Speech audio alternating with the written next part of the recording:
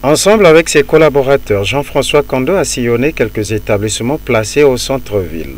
Question de les sensibiliser sur le paiement dans un bref délai de la dite taxe. L'avis de passage était ainsi établi afin que chaque opérateur économique se rabatte à la recette municipale pour s'acquitter de cette obligation citoyenne. Cette opération dite de maximisation des recettes municipales durera un peu plus de 40 jours et mettra en mouvement 72 agents municipaux. Aujourd'hui, nous sommes en train de faire le tour de nos concitoyens qui ont des activités économiques pour leur rappeler qu'ils ont une obligation vis-à-vis de la mairie, celle de payer les taxes que nous avons instituées par délibération ou par la loi.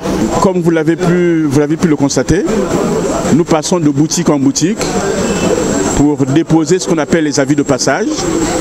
C'est un document qui permet au contribuable de savoir qu'il doit payer X francs à la mairie et nous lui avons donné une semaine pour s'exécuter avant que les sanctions prévues par les textes en vigueur puissent s'appliquer. En organisant la campagne de recouvrement des taxes municipales, le premier citoyen de la ville entend vraisemblablement augmenter les recettes pour financer le développement urbain. Les contribuables doivent se mettre à contribution, pense-t-il. Un bon citoyen, qu'il soit contribuable, qu'il soit citoyen ordinaire, doit savoir qu'il a une obligation vis-à-vis de la collectivité.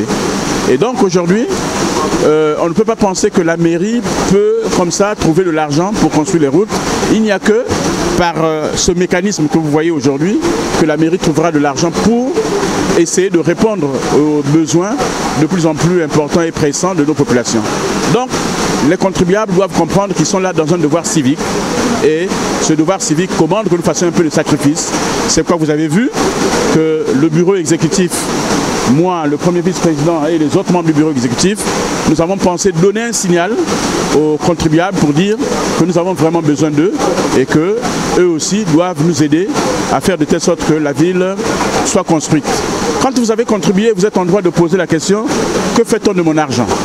À ce moment-là, nous pouvons répondre. Mais si vous ne cotisez pas, ne demandez rien à la collectivité parce que vous n'avez rien donné et la collectivité n'a pas les moyens pour faire. Donc c'est ce que nous sommes en train de rechercher. Nous cherchons la collaboration de nos opérateurs économiques pour qu'ils participent au développement de la ville. Ainsi, la fiscalité locale est l'une des principales ressources de fonctionnement du budget local de la mairie de Pointe-Noire.